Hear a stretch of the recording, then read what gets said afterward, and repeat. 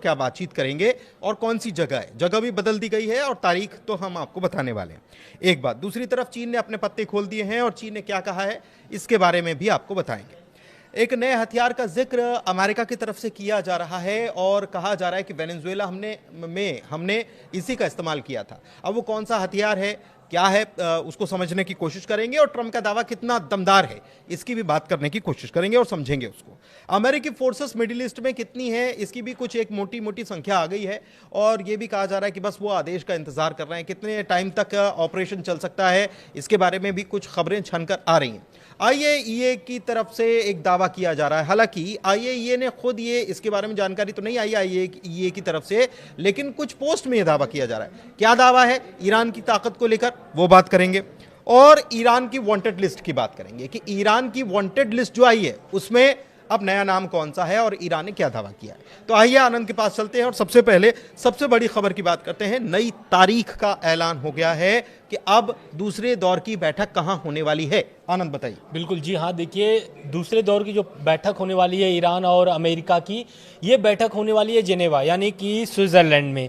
और ये बैठक बहुत अहम माना जा रहा है। हालांकि इसमें मध्यस्थता ओमान की रहेगी, क्योंकि आपको भी पता है कि पहली जो बैठक थी ईरान और अमेरिका की 6 फरवरी को ये ओमान में बैठक हुई थी। लेकिन ये ओमान बैठक के बाद ये दूसरी बैठक जो है स्विट्जरलैंड में रखी गई है। और ये बैठक अहम इसलिए भी हो जाता है क्योंकि ट्रंप ने इसको लेकर के पहले ही जानकारी दे दी थी कि ये जो बैठक होने वाली है अगले हफ्ते होगी। तो अगले हफ्ते होने वाली थी, इसकी तारीख भी अब आ गई है 17 तारीख, यानी 17 फरवरी को मंगलवार का दिन है वो। और उस दिन ईरान और अमेरिका की दूसरी चरण की बैठक होने वाली है। इस बैठक में अमेरिका की तरफ से जो प्रतिनिधिमंडल है उसका नेतृत्व जो कर रहे हैं वो रहेंगे स्टीव विटकॉफ और खुशनर भी। और ईरान की तरफ से हैं अब्बास अराक्ची, जैसा कि पहले थे विदेश मंत्री अब्बास अराक्ची, वो उनका भी बयान इस बैठक को लेकर के भी आया हुआ है, वो आगे हम बताएंगे। लेकिन इस नेतृत्व में जो मध्यस्थता कर रहा है ओमान के जो विदेश मंत्री हैं बदर अल बुशैदी, इनकी मध्यस्थता में ही दोनों की बैठक होगी। पिछली बार की जो बैठक थी, मैं थोड़ा याद दिला देता हूं आपको कि पिछली बार की जो बैठक हुई थी उस बैठक को खत्म होने के बाद दोनों प्रतिनिधि मंडलों ने एक दूसरे को शर्तों वाली लिस्ट थमाई थी। तो क्या वो जो लिस्ट थी इस बैठक जो दूसरी बैठक होने वाली है, इस बैठक में उस लिस्ट पर चर्चा होगी? क्योंकि ईरान ने अपनी शर्तें गिनवा दी है कि ये शर्तें होंगी। उन्होंने साफ मना कर दिया है कि बैलिस्टिक मिसाइलें और क्षेत्रीय मदद यानी कि जो प्रॉक्सियों को मदद करते हैं हिजबुल्लाह, हमास, हुती को, उस पर बातचीत नहीं करेंगे। और वही ट्रंप है कि जो कि साफ बोल रहे हैं कि अमेरिका की जो शर्त है वो ये है जो इजराइल चाहता है, बैलिस्टिक मिसाइलों पर बातचीत हो इस बैठक में, और प्रॉक्सियों को जो मदद दे रहे हैं यानी कि प्रॉक्सी यानी कि हमास, हिजबुल्लाह, हुती को जो आप समर्थन दे रहे हैं वो बंद करें। क्यों? क्योंकि इजराइल को इससे बहुत बड़ा खतरा है। दूसरी बात, एक खबर सामने जो और निकल के आ रही है वो ये आ रही है कि ईरान ने अपने वांटेड लिस्ट जारी कर दिए हैं। वांटेड लिस्ट में पहला जो नाम उसमें है वो बहुत चौंकाने वाला है, क्योंकि उसमें नाम है बेंजामिन नेतन्याहू का। और साफ तरीके से ईरान ने साफ तौर से बोल दिया है कि जल्द ही नेतन्याहू को गिरफ्त में लिया जाएगा। यानी कि वांटेड लिस्ट में नाम आने से ये साफ हो गया है कि अब जो कार्रवाई ईरान करेगा वो अब सटीक बता दिया है कि इजराइल के साथ साथ अब नेतन्याहू जो है वो भी गिरफ्त में लिए जा सकते हैं। बिल्कुल ठीक है। अच्छा, अब दो तरफ से पत्ते खोल दिए गए हैं। यमन के बारे में हम कह भी रहे थे, हूती के बारे में, कि वो क्या कर सकते हैं अगर वॉर छिड़ता है तो। इस बीच मैं आपको एक बड़ा अपडेट दे देता हूं। बड़ा अपडेट ये है इसी मामले में कि अब तैयारियां शुरू हो गई है अमेरिकी फोर्सेस की, और ये कहा जा रहा है ट्रंप ने अपने अमेरिकी फोर्सेस को कह दिया है कि आप तैयारी पूरी कर लीजिए। 1 हफ्ते तक का मेरे ख्याल से कहा गया है कि 1 हफ्ते या उससे थोड़ा सा ज़्यादा वक्त तक ऑपरेशन चल सकता है। और इंतज़ार ट्रंप के ऑर्डर्स का है कि वो अटैक करने का कब ऑर्डर देंगे और वो यूएस फोर्सेस जो हैं वो अटैक कर लेंगे, ऐसा कहा जा रहा है। ठीक है। दूसरी तरफ ईरान जो है अपनी ताकत तो दिखा ही रहा है, लेकिन यमन की तरफ से, जिसके बारे में हम पहले ही कह रहे थे कि ऐसा अगर परिस्थिति बनेगी तो यमन या हूथी क्या करेंगे, तो अब कंफर्म खबर आ गई है। और चाइना क्या करेगा, जो चाइना ईरान का अच्छा मित्र कहा जाता है, उसकी तरफ से क्या खबर है, दोनों समझते हैं आनंद से। देखिए, पहला तो हूती पर हम बात कर लेते हैं, क्योंकि यमन जो देश है वहाँ पर हूती का जिस तरीके से एक्टिविटी है और रेड सी पर जिस तरीके से उनका पकड़ है, रेड सी वही है जहाँ से व्यापार होते हैं मिडिल ईस्ट के, यूरोप के, अधिक से अधिक जो तेल के जो जहाज़ें हैं वो वहीं से गुजरते हैं।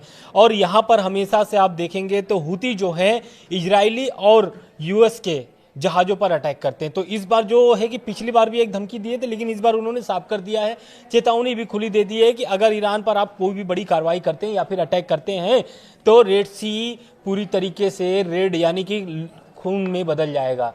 क्यों? क्योंकि जिस तरीके से अमेरिका का लगातार बयान आ रहा है और इजराइल के बेंजामिन नेतन्याहू प्रधानमंत्री जो है वो पहुंचे भी थे वाशिंगटन, वहां पर पहुंच करके मीटिंग भी की थी और वहां पे उन्होंने अपनी शर्तों भी रख दी है कि मेरी शर्तें क्या हैं, इजराइल की शर्तें क्या हैं, वो 2 शर्तें अपने रख दी हैं। और उससे कहीं ना कहीं हूती को नुकसान होगा क्योंकि उनमें हूती का भी नाम है शर्तों में। इजराइल के बेंजामिन नेतन्याहू ने जो शर्त रखी है कि प्रॉक्सियों को मदद बंद करिए, बैलिस्टिक मिसाइलें बनाना बंद करिए, तो वो हूतियों को प्रॉक्सी जो है कि हूती है ईरान, और ईरान से उनकी जो दोस्ती है आपको भी पता है कि कितनी मतलब मजबूत है।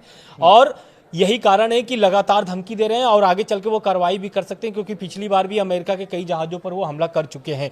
दूसरा, चीन का सबसे महत्वपूर्ण खबर जो सामने आ रही है वो चीन से आ रही है क्योंकि चीन ने साफ तौर से कह दिया है कि ईरान पर अगर हमला होता है तो इजराइल के खिलाफ बड़ा एक्शन लिया जाएगा, बड़ा एक्शन हो सकता है। बिल्कुल ये बड़ा दावा है चीन की तरफ से, ये बड़ा बयान, क्योंकि अभी तक चीन इस मामले में खामोश था और अभी रशिया की तरफ से इस प्रकार का कोई बयान नहीं आया है, लेकिन स्ट्रैटेजिकली जो सपोर्ट है वो पूरी तरह से पहले से रशिया से मिल रहा है, रूस से मिल रहा है ईरान को, चाहे वो हथियारों की बात हो, हथियारों के तौर पर, आर्थिक तौर पर और स्ट्रैटेजी, तीनों के तौर पर। हालांकि अभी खुलकर बयान पुतिन का सामने इसको लेकर नहीं आया। लेकिन चीन का जो इस तरीके से खुले तौर पर बयान आना और ईरान को समर्थन करना इसलिए भी अहम हो जाता है क्योंकि जिस तरीके से अमेरिका ने अपने मिलिट्री फोर्स वहां पर बढ़ाए हैं, अभी तो दावा ऐसा आ रहा है कि 30 से 40 हजार सैनिक जो है ईरान के आसपास पहुंच चुके हैं।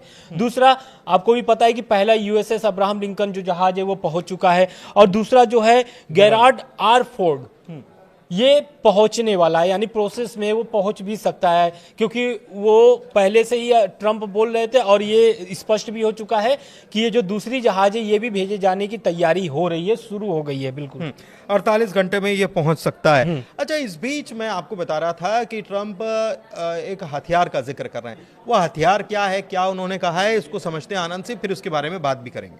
बिल्कुल, देखिए वो हथियार का उन्होंने जो जिक्र किया है ट्रंप ने, तो वो पहले तो हम बता दें कि ये जो हथियार है ये इस्तेमाल किया गया था वेनेजुएला में 3 जनवरी को, जब निकोलस मादुरो को पकड़ने के लिए अमेरिका का गुप्त तरीके से जो ऑपरेशन चला था उसमें वो जो हथियार था उसका नाम है डिस्कॉम्बो बुलेटर। ये है हथियार और यही के वजह से मादुरो को गिरफ्तार किया गया था और ट्रंप ने भी साफ साफ बोल दिया है कि अगर ईरान से डील नहीं होती है तो इस हथियार का इस्तेमाल किया जा सकता है। लेकिन इस हथियार के बारे में और भी डिटेल है। पहला तो यह है कि जो रशियन उपकरण थे वो काम नहीं किए थे वेनेजुएला में।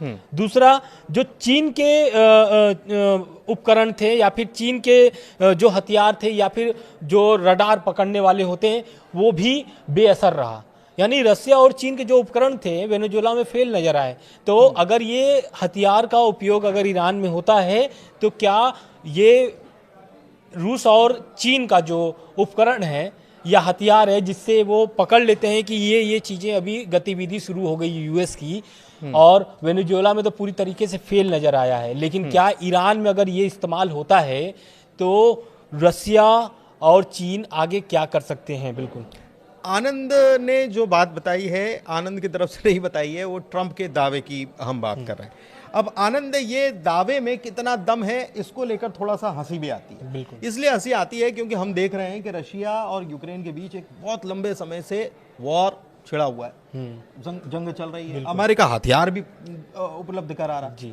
तो भाई ये हथियार जो छुपा कर रखा था अमेरिका ने, ये यूक्रेन को क्यों नहीं दे दिया? लाखों करोड़ों रुपए नहीं, डॉलर्स खर्चे होंगे। बिल्कुल, समय भी बर्बाद हुआ, लोगों की जान जा रही है, तो आप यही कर लेते। बिल्कुल, आप ये नहीं कर सकते। हाँ। और ये आप जो दावा कर रहे हैं, पहली एक बात, दूसरी बात, चलिए यूक्रेन छोड़ दीजिए कि यूक्रेन एक अलग मुल्क है, उससे उससे अलग जंग लड़ी जा रही। आप ये बताइए कि ये हथियार, इस हथियार का इस्तेमाल इजराइल को देने के लिए क्यों नहीं किया गया? बहुत अच्छा दोस्त है। बिल्कुल सही कह रहे हैं आप। इस हथियार का इस्तेमाल ईरान में अभी तक आप डिप्लॉय कर रहे हैं, एक गेराल्ड R4 आप भेज दे रहे हो। दूसरा, ठीक है, पहले से एक मौजूद है, तो वेनेजुएला में तो ऐसा नहीं किया, वेनेजुएला में तो ऐसा नहीं किया, 30-40 हजार फोर्सेस भेज रहे हो।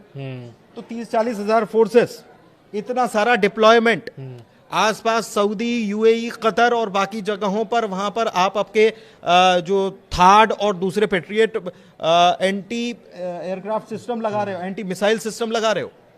ये काहे के लिए? तो ये आपने तो वहां पर तो नहीं किया। वहां तो आप ये दावा कर रहे हो कि एक आप हमारे पास एक ऐसा जादुई चिराग है, डिस्काम्बो बुलेटर, और इससे रशिया और चाइना का कुछ हो नहीं पाया और बेअसर रहा। तो अगर आपके पास इतनी ही ताकत थी तो फिर आप बैलिस्टिक मिसाइल क्यों चिल्ला रहे हो? आप बैलिस्टिक मिसाइल क्यों चिल्ला रहे हो? आप पहले ही कर देते। और रिजीम चेंज करने की बात आज से नहीं, कब से कह रहे हैं, कब से कह रहे हैं, और यही 12 दिन का जब युद्ध हुआ था तब से वो कह रहे हैं। हाँ। तो आप मुझे ये समझाइए कि 12 दिन में आपने B-2 बॉम्बर्स डिएगो गार्सिया से उड़ाए और वहां इतने वो बड़े बड़े बंकर बस्टर्स बम जो हैं वो दागे, और उनको जो नहीं फटे उसको ईरान ने अपने कब्जे में लेकर रिवर्स इंजीनियरिंग कर ली, और आपको तब ये डिस्कॉम्बो बुलेटर नहीं याद आया? तो ये ट्रम्प है। बिल्कुल। मतलब आप क्या कहेंगे? ट्रम्प अगर ये दावा कर रहे हैं तो अब क्या ही कहा जाए। अगर ऐसा होता तो इतने दिन तक ये टेंशन, बातचीत, मीटिंग, बैठक, इधर से उधर, बेंयामिन नेतन्याहू जा रहे हैं, वहां पर बोल रहे हैं, इतनी तमाम चीजें जो हैं, इतनी तमाम चीजें देखने को नहीं मिलती। कुल मिलाकर कुल जमा बात ये है। डिस्काम्बो बुलेटर होंगे उनके पास, हथियार वेनेजुएला पे इस्तेमाल भी किए होंगे, रूस और चाइना के उपकरण भी फेल हो गए होंगे, चलिए मानते हैं, लेकिन क्या ये डिस्काम्बो बुलेटर आप ईरान के पास भेज करके आप खामनेई को, जिस तरीके से आप बोल रहे हैं कि रिजिम चेंज करेंगे और खामनेई को अपनी गिरफ्त मिलेंगे, ऐसा उनका दावा है, या फिर उनके तरफ से जो सोर्सेस निकल के आ रहे हैं उनके तरफ से ये निकल के आ रहे हैं कि आप इस तरीके से कार्रवाई कर सकते हैं, लेकिन क्या ये कार्रवाई करने के लिए आप पहले 40,000 सैनिक को भेज रहे हैं? नहीं, ये एक देखिए, एक बात में समझ में आती है कि ये जो गेराल्ड R4 जो है, ये सबसे बड़ा जंगी बेड़ा कहा जाता दुनिया का। बिल्कुल। इसमें ऐसा कुछ सिस्टम लगाया जा सकता है या लगा हो सकता है, और इसीलिए शायद इसको भेजा जा रहा हो, ये बात भी समझ में आती है। लेकिन अगर इसको भेजा जा रहा है तो पहले फिर अब्राहम लिंकन को क्यों वहां पर आपने डिप्लॉय करके रखा? इतने सारे जेट्स को क्यों ब्रिटिश एयरफोर्स का भी मदद लिया जा रहा है इसमें। ये भी खबर आ रही कि उसके विमान जो हैं वो भी वहां पर आ रहे हैं। वहां आपके जो ड्रोन्स हैं उनसे भी आप निगरानी कर रहे हैं। तो ये जो है, ये चीज़ें, ट्रंप का दावा जो है फिलहाल के तौर पर तो सतही नजर आता है। और दूसरी बात आपने जैसे कि अमेरिका जो दावा कर रहा है, तो इसकी वजह से तो चाइना और रशिया सबसे ज्यादा टेंशन में होंगे कि हमारी चीजें काम नहीं की। बिल्कुल। मतलब आप समझ रहे हो कि ये बहुत बड़ा दावा कर रहे हैं वो कि हमारी चीजें काम नहीं की। तो फिर यूक्रेन में कुछ क्यों नहीं किया आपने? रशिया यूक्रेन की बात आपने किया तो एक मैं और इस पे अपडेट्स आए हैं, मैं उसको बता दे रहा हूँ कि ईरान की जो बैठक होने वाली, ईरान अमेरिका की स्विट्जरलैंड में जिनेवा में, यही इसी जगह पर ईरान का बैठक अलग होगा, लेकिन रशिया, यूक्रेन और अमेरिका की भी यहाँ बैठक होने वाली, त्रिपक्षीय बैठक होने वाली है, जिसमें स्टीव विटकॉफ इसमें शामिल होंगे, और ये ईरान की बैठक के पहले या ईरान की बैठक के बाद होगी। तो ये रशिया यूक्रेन की तरफ से एक अपडेट है, ये हम आपको जानकारी देने के लिए किया हूँ। अच्छा, वो ग्रीनलैंड पे दावा करते हैं, ये क्यूबा पे दावा करते हैं, तमाम जगह दावा कर रहे हैं, तो वहां पर, अरे वो तो वहां तो ऐसा इतनी जंग और उनके पास तो इतनी मिसाइलें नहीं है, कर लेते क्या? ऐसा नहीं होता है। ये जो बातें कही जा रही हैं ये हैवॉक बनाने के लिए, सनसनी फैलाने के लिए ठीक है, लेकिन बातों में कॉन्क्रीट चीजें होना चाहिए। चलिए बढ़ते हैं आगे। आप समझ गए होंगे मैं क्या कहना चाह रहा था। आइए, ये को लेकर जो खबर आई है वो क्या है, वो आनंद से समझते हैं। देखिए, पहली खबर तो ये है कि आईएईए की तरफ से ये दावा नहीं किया गया है। सोशल मीडिया में कुछ ऐसे पोस्ट पड़े हैं जो ये बता रहे हैं कि आईएईए ने ऐसा दावा किया है कि ईरान ने अपनी पहली न्यूक्लियर बैलिस्टिक मिसाइल टेस्ट कर सकता है, और ये जो मिसाइल है, अगर तेहरान पर अमेरिका हमला करता है और मिसाइल जो है, ये जो मिसाइल जिसने ये एक तरीके से ऐसा कहा जा रहा है कि ये टेस्ट कर लेंगे या कर रहे हैं या कर सकते तैयारी हैं, है, मतलब कुल मिला तैयारी है, तो अगर ये मिसाइल अगर सफल होता है तो ये मिसाइल हिरोशिमा पर गिराए गए बम से 120 गुना ज़्यादा असर होगा अमेरिका पर। तो ये कहीं ना कहीं टेंशन वाली बात है, लेकिन ये आईएईए की तरफ से दावा नहीं किया गया, ये पहले बता दे रहे। दूसरा, 400 किलो यूरेनियम से ईरान पूरे मिडिल ईस्ट को तबाह कर सकता है, ये भी एक दावा है कि जिस तरीके से अमेरिका और इजराइल का टेंशन यही है कि यूरेनियम वो कम जुटाए, कम संवर्धन करे उसका, तो ये साफ हो गया है कि अगर 400 किलो अगर मतलब दो बातें इसमें कॉन्ट्राडिक्टरी। एक तो ये आईएईए की तरफ से हमेशा ये दावा करता आया है आईएईए कि बहुत सारा यूरेनियम कभी भी बम बना लेगा। इसमें एक बात तो ये है कि कभी भी बम बना लेगा, तैयारी पूरी है आईएईए। लेकिन आईएईए ये भी कह रहा है, ये अमेरिका को सावधान करने वाली चीजें हैं कि अगर अमेरिका तेहरान के ऊपर अटैक करता है तो ऐसा हो सकता है। अब आईएईए नहीं कह रहा है, ये पोस्ट में दावा किया गया है कि आईएईए की तरफ से ऐसा कहा गया, लेकिन ऐसा हो सकता है। ट्रंप ने एक बार फिर से रिजीम चेंज करने बिल्कुल, ट्रंप ने देखिए रिजीम लगातार वो बोल रहे हैं, लेकिन अब जो इतनी बैठकों के बाद, मतलब इतनी बातचीत के बाद दूसरी बैठक के भी डेट आ गई कि 17 फरवरी को बैठक होगी, इसके बावजूद ट्रंप फिर से बोल रहे हैं कि ईरान में जो है कि सरकार चेंज होनी चाहिए, रिजीम चेंज होनी चाहिए, और ये ही ईरान के लिए सबसे अच्छी बात होगी, ट्रंप का कहना है। दूसरा बात उन्होंने कहा दिया है कि ईरान को डील के लिए 1 महीने का मोहलत दे दी गई है, यानी 1 महीने का समय दे दिया गया है, लेकिन अगर ये डील नहीं होती है तो रिजीम चेंज होना ही सबसे वाजिब होगा, ऐसा ट्रंप का कहना है। लेकिन उन्होंने ये भी बोल दिया है कि यही 47 सालों में सिर्फ खामनेई साहब ने सिर्फ बात ही किया है, कोई डील हुई नहीं अभी तक, सिर्फ बात कर रहे हैं 47 सालों में। और इस बीच ईरान में कितनी लोगों को मतलब कि गुनाहगार लोग, जो बेगुनाह लोग जो है वो लोग मारे जा रहे हैं, ईरान में मारे जा रहे हैं, तमाम मुल्कों में, ऐसा ही अमेरिका दावा कर रहा है। लेकिन इसके साथ साथ एक और बयान है, वो है ईरान का, मसूद पेजिशकियान का। मसूद पेजिशकियान जो है ईरान के राष्ट्रपति हैं, आपको भी पता है। उन्होंने एक इस बयान के बाद एक बयान उनका आया है कि ईरान की जो सरकार है वो अपनी गलतियां मानने के लिए तैयार है, लेकिन जो हुड़दंग लोग थे, यानी कि जो प्रदर्शनकारी हैं, वो पहले अपने चीजों पर एक तरीके से वो बात रखें, एक्सेप्ट करें कि उन्होंने गलती किया है, उन्होंने ईरान में हिंसा भड़काई है, उन्होंने तोड़फोड़ किया है, मस्जिद जलाई है। उनको पहले ये चीज स्वीकार करना पड़ेगा, क्योंकि अगर आप ये स्वीकार कर लेते हैं तब ये आप माने जाएंगे कि आप ये एक देशभक्त हैं ईरान के। नहीं तो अगर सिर्फ आप तोड़फोड़ कर रहे हैं, मस्जिद जला रहे हैं, लोगों की हत्याएं कर रहे हैं, और जो मतलब प्रोटेस्ट में शामिल नहीं है उनको भी लोग गिरफ्तार कर ले रहे हैं, ईरानी सरकार कर रही है कि हमारी तरफ से गलती हुई है, हम मानने के लिए तैयार हैं, जो गलती हुई है उसको सुधारने का भी प्रयास है, लेकिन जो प्रदर्शनकारी हैं वो पहले अपनी गलती स्वीकार करें, और उनसे हम बातचीत करने के लिए तैयार हैं, बातचीत करें और बातचीत से सोल्यूशन निकलेगा। ठीक है, ब्लेसिंग्स कहते हैं मसूद पेजिशकियान, ब्लेसिंग्स कहते हैं कि प्रदर्शन जो है वो ब्लेसिंग्स हैं, यानी वरदान है, आई ओपनर का काम करता है, लेकिन उसकी आड़ में अगर आप हिंसा करोगे, आगजनी करोगे, ये तमाम चीज़ें बर्दाश्त नहीं होगी। एक बात। दूसरी बात कि अब चलते चलते एक बात और मैं आपको बता देता हूँ कि ये जो ट्रंप रिजीम चेंज करने और तमाम बातें कर रहे हैं, बोल रहे हैं कि 47 साल से यही हुआ वही हुआ। अभी 2 दिन पहले, 2 दिन पहले या 1 दिन पहले ट्रंप का एक बयान और आया था, और वो पूरे ईरान के मैटर के लिए ठीकरा किसके ऊपर फोड़ रहे थे, ओबामा और बाइडन पर, कि ये सब उनका किया धरा है। तो ट्रंप, और फिर कभी वो कहते हैं कि हमारे पास ऐसा हथियार है कि नया क्या कर देगा। खैर, जो भी है अपडेट आप तक पहुंचाते रहेंगे, और इसके लिए आप देखते रहिए ग्लोबल अड्डा, अपना प्यार देते रहिए। चर्चा कैसी लगी ज़रूर बताइए, वीडियो बड़ा ज़रूर हो गया है, उसके लिए माफ़ी दीजिएगा। शुक्रिया।